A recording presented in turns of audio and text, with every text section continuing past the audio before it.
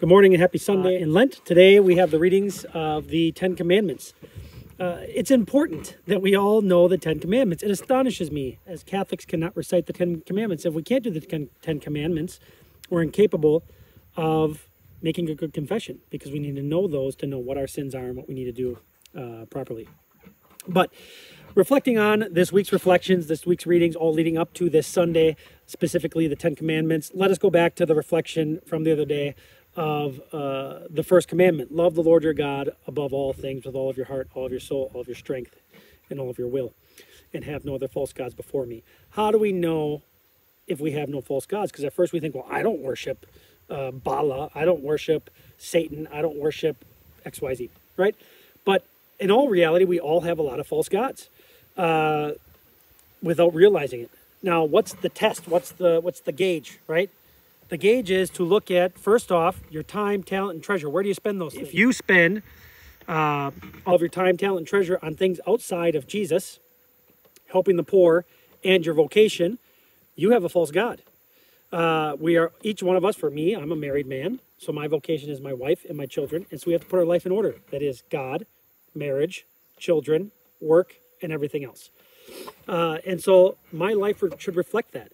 Another thing we can do is look in your, most of you got smartphones, and in your smartphone you can go in there and see your time management, time usage. What are you spending your time on your phone? That's where we spend, the reality, sadly, it's what it is, where we spend most of our time as modern human beings. So if I go in my phone and over 50% of my time is on social media, I may have a false god. Whether that be social media itself, I might be addicted to myself. We need to reflect on that. We need to look on that. You have to look real in yourself. Be a man. Look into your heart. Look into your time, talent, treasure. Look into your time management on your smart device, because it'll tell you right there whether you like it or not.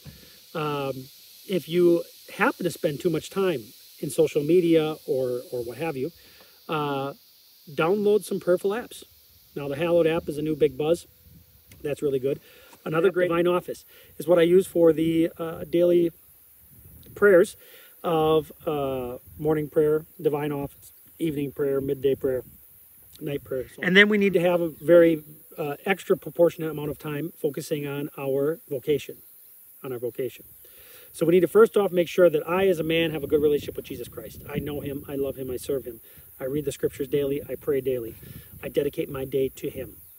I serve and provide for my family. I make sure that my wife not only has the material means she needs, but she has the spiritual and emotional means that she needs. What does that mean? Women are not like us, guys. They think differently. They have different needs. Our perspective of love is very different from their perspective of love. We need physical love. They need emotional love. What does that mean? I got to sit down with my wife and listen to her, and we got to talk about stuff that I maybe don't really want to talk about, but I'm going to do it because that's important to her. Our kids do not see value in stuff and things. Our kids see value in time spent with us. This is a monkey tail. Don't be panicked by that. Say hi, sweetie. Say hi to everyone.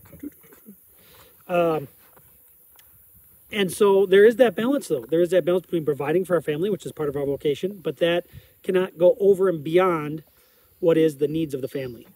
It doesn't do our family to have so much extra resources and so much extra money but then not have us as men and fathers. And so that's a challenging balance all the time. But how do we work through that out? We talk with our family. We talk with our wives.